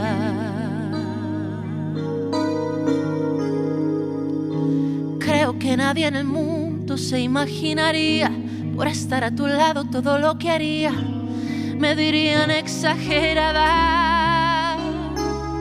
Si tuviera un cuadro de Picasso, yo lo cambiaría por una foto tuya de las que me envías en la madrugada. Te juro que hasta con Canelo yo me enfrentaría, y en el segundo round yo lo noquearía a mano limpia, con la misma mano que te quisiera acariciar, pero estás tan lejos. Ay. Lo que se hace por amor no tiene ningún sentido y muchas veces deja herido el corazón, pero esa es mi decisión. Extrañarte como loca, si tus manos no me tocan, tu recuerdo es como un porro y me arrebata. No me importa que me digan insensata, no me importa que me digan insensata.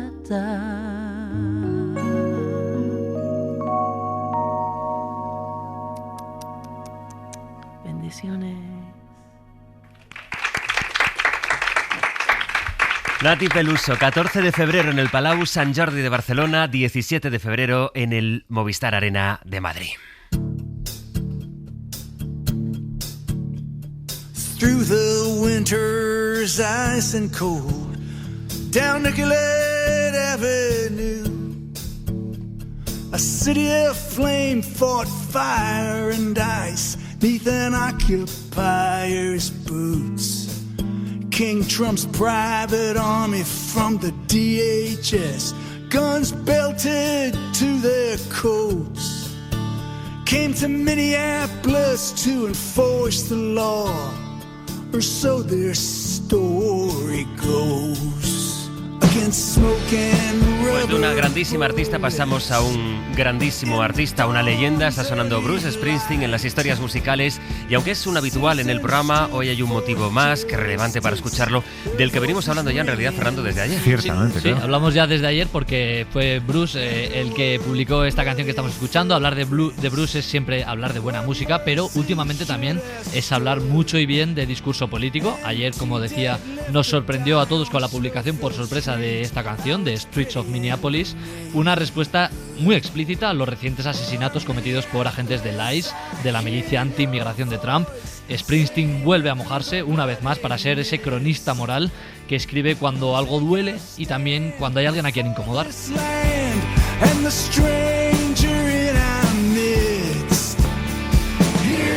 Ya lo hizo en su día con American Skin, 41 Shots, y ahora en este Streets of Minneapolis vuelve a señalar lo evidente. Lo que pasa en Estados Unidos no es casual, es estructural. Es un habitual en la canción protesta contra Trump, pero no es el único artista que se ha pronunciado en estos últimos días. Hablábamos también el otro día en el mapa de sonidos de Neil Young, por ejemplo. Efectivamente, Bruce no es el único artista que ha levantado la voz estos días contra todo lo que está pasando en Estados Unidos. Neil Young cedía hace unos días también todo su catálogo musical durante un año a los habitantes de Groenlandia. Esto es curioso, lo de un año. Es un gesto simbólico, pero también cargado de fuerza política contra las intenciones del gobierno de Estados Unidos para hacerse con el control de Groenlandia. Y además el propio Neil Young volvía a cargar contra las plataformas, en concreto esta vez contra Apple, por alinearse con las ideas de Trump y, según él, olvidar su responsabilidad moral. Suele haber cierto debate alrededor de este tipo de pronunciamientos. Ahora nos decía Nati Peluso, por ejemplo, que ella no es tan explícita en sus opiniones políticas, que las expresa, decía, de otra manera, pero sí que hay otros artistas que lo hacen en sus canciones y lo han hecho a lo largo de la historia de la música. Sí, lo han hecho muchos artistas, hay miles de ejemplos, pero hoy me he querido quedar con algunos de los más importantes y también he hecho una selección un poco variada para que veáis que se puede abanderar causas muy diversas utilizando la música. Y el primero es este Strange Fruit de Billie Holiday. Blood on the leaves and blood at the root, black bodies swinging in the southern breeze. La canción describe los linchamientos de afroamericanos en el sur de Estados Unidos usando la imagen de una fruta extraña, de esa strange fruit, colgando en los árboles como metáfora. En 1939, cuando gran parte del país miraba ya hacia otro lado y muchos incluso justificaban esos linchamientos, Billie Holiday se atrevió a llevar esa violencia a los escenarios. Hasta entonces ninguna canción popular había hablado del racismo con esa crudeza, y este strange fruit rompió un silencio incómodo y anticipó el movimiento por los derechos civiles que vendría después. Fue una denuncia directa del racismo institucional, tan poderosa como peligrosa para quien la cantaba, y de hecho a Billie Holiday le costó la persecución, la censura de la canción también, pero por otro lado ayudó a despertar una conciencia de todo un país que no quería en ese momento mirarse al espejo. Un ejemplo más de cómo la cultura y la música inciden en la historia. Efectivamente, y otro ejemplo, por ejemplo, muy evidente es Hurricane de Bob Dylan. Here comes the story of the hurricane, the man the authorities came to blame for something that he never done, put in a prison cell, but one time he could have been. El título de la canción se refiere al apodo del boxeador afroamericano Rubin Huracán Carter, que fue acusado por el asesinato de 3 personas y condenado a cadena perpetua sin pruebas. Dylan se interesó por el caso y gracias a su apoyo y el de otras figuras importantes también como Muhammad Ali, consiguieron que el caso se reabriera. El Huracán Carter consiguió un nuevo juicio y finalmente su condena fue anulada porque no había pruebas concretas que determinasen que él era el culpable, pero pasó 19 años en prisión. Petty calls the cops. Neira, ¿con qué canción te quedas? Hay muchas, pero mira, me apetecía traeros a colación esta. Es uno de los grandes autores de canción poética, o yo diría que es de la poesía hecha canción en toda nuestra historia. Esto nos lleva hasta el año 72, pero desgraciadamente sigue muy vigente. Estamos amasados con libertad, muchacha, pero ¿quién nos ata? Pero ¿quién nos ata? En tu barro dispuesto he elegido tu sitio, preparada tu marcha, preparada tu marcha. Hay que doler de la vida hasta creer que tiene que llover, tiene que llover, tiene que llover. Tiene que llover, esto no hablaba de ningún fenómeno meteorológico, sino que hablaba de la limpieza que necesitaba este país en el año 72. Por supuesto, la censura no se enteró absolutamente de nada. Pablo Herrero le perdimos el pasado 30 de septiembre y yo creo que hay que elevar la voz por un poeta de la canción cubana. Ellos seguirán dormidos en sus cuentas corrientes de seguridad. Planearán vender. Y habrá que seguir pendientes de Estados Unidos, de todos los artistas que se van a ir sumando, porque se seguirán sumando a esas voces críticas contra Trump y su policía migratoria. Sí, se seguirán sumando. De hecho, hoy mismo comentábamos antes también que era Lady Gaga quien se manifestaba abiertamente contra el ICE en su último concierto en Tokio, diciendo que le duele el corazón al pensar en las personas, en los niños, en las familias y en todo Estados Unidos que están siendo atacados sin piedad por el ICE. Gaga es una de esas artistas que evidentemente todos sabemos que se promulga explícitamente sobre sus ideas, que habla claro, y eso le ha llevado también a crear otros himnos generacionales de otras causas, como este Born This Way.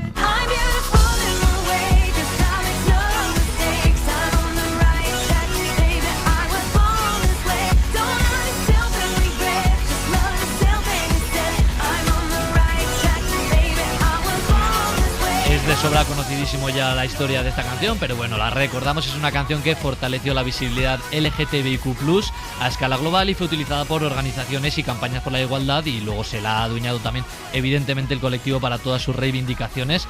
Y podemos dejar claro con este ratito que hemos compartido aquí que las canciones no cambian el mundo solas, pero ayudan un poco a cambiar la conversación. Sí. Peor sería el mundo sin estas canciones que lo intentan cambiar. Bueno, Neira, nos queda esa traca final con la que nos descolocas. Sí, ya sabéis que a veces tiramos de versiones, de efemérides. Bueno, pues esto os voy a descolocar con un hallazgo insólito y muy sabroso. Un dúo barcelonés de Villanueva de la Geltrú se hacen llamar Electro Manontropo y convierten en material de baile con fuerte marchamo electrónico un exitazo mundial o europeo de pleno siglo XIV.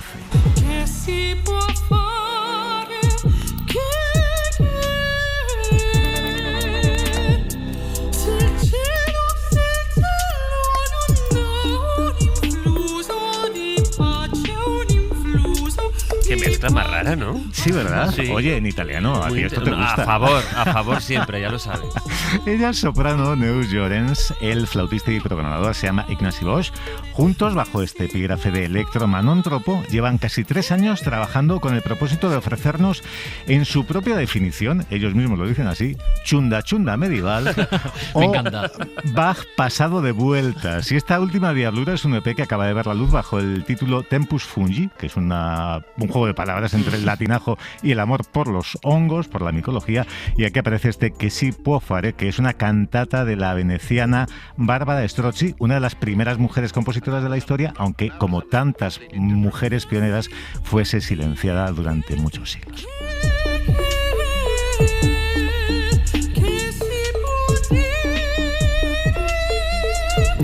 Siendo yo valenciano, no voy a estar en contra del chunda chunda, sea medieval o de cualquier otra época. ¡Viva el chunda chunda! Chicos, buen fin de semana. Igualmente.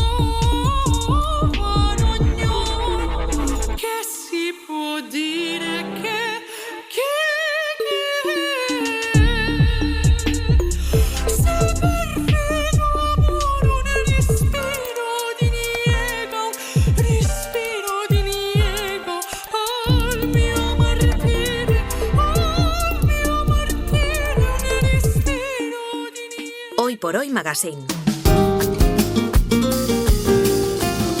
Ser Podcast. En la cadena Ser, Hoy por Hoy. José Luis Sastre. Mueve. Así 12. los pechitos, mueve tú también, así. No, Tiki, tiki, tiki. ¡Arriba, maricones! 12 y 9, 11 y 9 en Canarias, nuestro auditor que está convencido de que lo hace por nuestro bien, pero no termino yo de creérmelo. Ha llegado la hora de criticar por criticar con, si es que este es tu verdadero nombre, Aitor Albizoa, buenos días. Hola, Sastre. Yo feliz de verte, feliz de estar También, aquí contigo. yo también tengo que preocuparme, ¿me vas a criticar mucho? No, tú lo haces todo bien y ya lo sabes. Ya quisiera Aunque yo. es cierto que aquí también recibe hasta el tato. Pero mira, esta semana vuestro talón de Aquiles ha estado en los nombres, ¿vale? Nombres que por olvido, por cortocircuito, mira, yo que sé por qué, pero no han sido vuestro fuerte. Por ejemplo, le ha pasado a Sergio Castro. ¿Eres rápido en todo en la vida? Pero bueno. Eso solo se lo contesto a Aitor Breto, Aimar Breto. Aitor, ¿por qué? Porque las entrevistas de Aimar dan para esas cosas. Claro, Aitor Bretos, Aimar Albizoa, mezcla curiosa. A ver, son dos nombres vascos, tampoco es tan marciano. Oye, ¿a que tú no eres Juan Luis Sastre? No, ¿eh? no. Pues eso, cada cosa por su nombre. Mira, se confunde también la jefa, Àngels Barceló. Será más difícil mantenerla. Edu, gracias. Ay, Edu. Diego, gracias. Adiós, es que iba pensando, Edu, que iba contigo ahora. Ah, ¿conmigo? Contigo. Hay muchos Edus hoy en el... Ah, bueno, claro, Edu Hernández. Pues a lo mejor es eso, a lo mejor es eso. Claro, aquí nadie se entera, ¿eh? Diego Suárez, Edu Madina, Edu Hernández. Son muchos nombres para memorizar. Sí, la gente tiene esa manía, ¿no? Que Claro. le gusta que le llamen pues por como... su propio nombre, que Efectivamente. también cada uno. Otra vez, Àngels. Julia Molina, buenos días. ¿Qué tal, Ángels? Buenos días. Feijóo. Soy ¿Eres? Ana Fernández Vila. Ah, y Ana Fernández que hemos Vila. cambiado. Ah, vale, pues nadie me ha avisado que habíais cambiado. Julia. Ay, digo Ana. Llevo yo un día con los nombres que te mueres. Venga, pues todas presentadas y muertos todos porque efectivamente menuda semanita. Bueno, yo creo que muchas veces es tan duro aquello que contamos que es como para hacer más entretenida la actualidad. Claro, y yo soy trapecista del Circo del Ah, Sol. ¿sí? También, No sabía. También. Bueno, Alcaraz, oye, que ya está en la final, ¿no? Del Open Sí, de Australia. efectivamente. Pues, hace unos días a Pepe le interesaba otro partido de tenis. Pepe quería ver un partido de nicho, un partido de autor. Claro. Y nos ha descubierto a un personaje que yo no le conocía, la Estaba verdad. jugando Sakamoto con Rafa Jodar. Hombre, la cara B del tenis. Ahí estás, Sakamoto y Rafa Jodar. Son dos apellidos con enjundia. Total, mira, tanta enjundia que a Pepe lo de Jodar le da para intento de chiste. Un día veréis en el diario Marca o en el diario As un titular típico de... No, será Rafa no me jodar. Cuando gane un gran... Lo que quiere es esto. O Chiste sea, lo que que tú ya lleva lo has hecho por buscando WhatsApp. meses lleva con esto. Bueno, pues ya está. Yo creo que mejor corramos, ¿no? Un tupido velo. Mejor, aquí no ha pasado nada. O huyamos, corramos. Salgamos de aquí. Total, bueno, este es el nivel. Seguimos con equivocaciones con los nombres. Ayer, durante la retransmisión del funeral de las víctimas de Adamud, se escuchó esto. Unas 5.000 personas asisten a la misa funeral por las 45 víctimas del accidente ferroviario de Adamud. Recordamos que 27 eran de Huelva. Sus Majestades los Reyes Magos aún no ha entrado. La misa está a punto de comenzar. Melchor, Gaspar y Baltasar, yo creo que este es el lapsus. Bueno, hay que decir que puede pasar, que era un momento de mucha tensión. Vamos a mandar un beso y un abrazo a nuestra compañera. Sí, nos acordamos también de las víctimas y de los familiares, por supuesto, y además con todo el cariño del mundo. Mira, con el mismo cariño, por ejemplo, que miente Àngels a sus colaboradores. Escuchad esto que le dice a Marta Sanz. Marta Sanz, buenos días. Buenos días. ¿Tú te crees que hoy son buenos días? Por el orzuelo este que tienes. Hoy soy más una escritorzuela que nunca. No, pero te quedamos, ¿Has ¿no? visto Incluso. que bueno, el orzuelo. Escritorzuela por su orzuelo en el ojito Sí, derecho. sí, pero sí, no, sí. te queda mono, lo tienes bien. Lo Ángel, tienes bien. de verdad da gusto trabajar contigo. Vamos a ver, Àngels. O sea, no haya a nadie en este mundo al que le quede bien un orzuelo en el ojo. Se llama diplomacia, un poco de tacto, No, hombre. mentira, por favor. Mirad, creatividad también para formar nuevos nombres. También esto de Bob Pop. Si fuera drag, tengo un nombre claramente. ¿Cuál sería? Que es Inés de la Falange. Inés de la Falange. Por Inés de la Fresage. Exacto, por Inés de la Fresage, yo sería Inés de la Falange. Qué bueno. Entonces, una cosa como de antiguo régimen, como muy Martínez Bordiú. Inés de la Falange. Pues Sí, también Muertecita Martínez Bordiú también Toma me ya. gusta mucho como nombre de drag. Muertecita Martínez Bordiú. Por cierto, José Luis Sastre, iba a decir Juan Luis Sastre, ¿no? A ver. ¿Tú tienes nombre drag? No hasta ahora, pero admito propuestas. No, pues le tenemos que dar una vuelta porque es algo suficientemente importante Venga. y serio como para tomárselo precisamente en serio. Mira, hoy mismo en la sección de libros, Pepe, y una escritora que no me suena de nada. Aparecen Lispector, Kafka, Echbetayeva, algunos autores que me han obsesionado y que aparecen en Reliquia también. Están Uno todos ahí, ¿eh? no se escapa de lo que le gusta, Era supongo. de Helen Giannichini, ¿no? Lo bonito que nos había quedado. Estaba quedando poético. Estaba quedando bien. No, es que es muy difícil en italiano. Tú lo dominas, pero yo no. Se nota. Vamos. Efectivamente que el italiano no lo domina, pero es verdad que esto de los nombres da para una tesina, te lo juro. Hay material para 3 horas. Esto es una trampa, en realidad, porque lo que haces es resumirlo todo aquí y parece que no damos una. No es que parezca. Es también la realidad. Mira, nombres también de grupos de música. Sastre, escucha. El grupo de rock y anti-Trump Green Day. Sí, es que ellos son Green Day. Perdona, ¿eh? Son un grupo de el rock grupo de rock y son anti-Trump. anti-Trump. Vale. 1 más 1 son 7. Ángels, experta musical. Además, ¿vale? es que Green Day es de toda la vida. Efectivamente, o sea, estopa, ¿sabes? Total. Pues eso. Claro, y además esta confusión derivó, sorpresa, en una nueva entrega de escenas de matrimonio. Es que El grupo no se llama Anti-Trump. Ya, me faltaba aquí Como Supertramp. algún símbolo. El grupo de rock y anti-Trump. Aunque no estaría mal, ¿eh? Anti-Trump, Supertramp. Claro, pero como anti-Trump además lo han puesto entre comillas, yo pensaba que era un nombre porque propio. no es una palabra. Aquí en la cadena SER se escribe conforme a la academia. Y si es anti-Trump no es una palabra reconocida, pues le pones la comilla. No se pone la comilla en este caso. También molaría que todas estas cosas las discutiréis en privado. Oye, yo creo que estos piques al final le dan vidilla. Bueno, pues mira, también es verdad que si no yo tengo de lo que hablar. Por cierto, para vidilla, la de este oyente se llama Manolo, ¿vale? ¿Es su nombre real? Sí, aunque debería llamarse Super Manolo en este caso. Por favor, oyentes de España, a partir de ahora si vais a llamar a la radio, solo admitimos que os presentéis de esta manera. A ver, Manolo. Déjame que escuchemos a Manolo desde Fuerteventura. Muy buenos días. Hola, buenos días, Manuel de Fuerteventura, Manuel Perejón de Fuerteventura para toda España y la cadena SER, que es fabulosa. ¡Toma ya! ¡Bravo, Manolo, que parece de Radio Caracol! ¡Vamos! Venga, 3 minutos para terminar. Vamos. Decía antes que es escuchar tu nombre y huele a fin de semana. Cada vez queda menos. Qué ganas de sofá y manta. Totalmente. ¿Verdad? Bueno, pues mira, para terminar, la mención necesaria cada viernes al mejor colaborador que tenéis, que es Manuel Delgado. Que nadie se pique, Y que siempre te da mucho material. Claro, genuino, como la vida misma. Este miércoles el tema era los bolsillos, ¿vale? Cosas que uno se encuentra en los bolsillos. Escuchad. Lo típico, ¿no? Por ejemplo, un bolígrafo ajeno o un encendedor. Lo digo porque una vez me apareció en el bolsillo de la chaqueta un encendedor que ponía Club Benidorm. Y, hombre, no me pidieron explicaciones porque... Porque te conocen.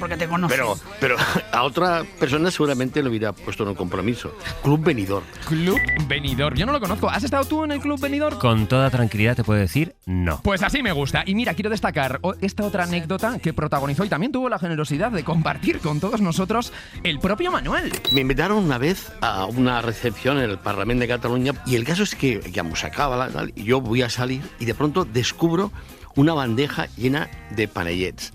Claro, panellets, que son unos dulces pequeñitos, ¿no? Típicos de Cataluña, de Aragón, por ejemplo. Bien, pues Manuel está saliendo del Parlamento y se topa con esos panellets. Y dije, bueno, yo soy muy así, digo, hostia, esto lo van a tirar, porque sabes que tienen que tirarlo, ¿no?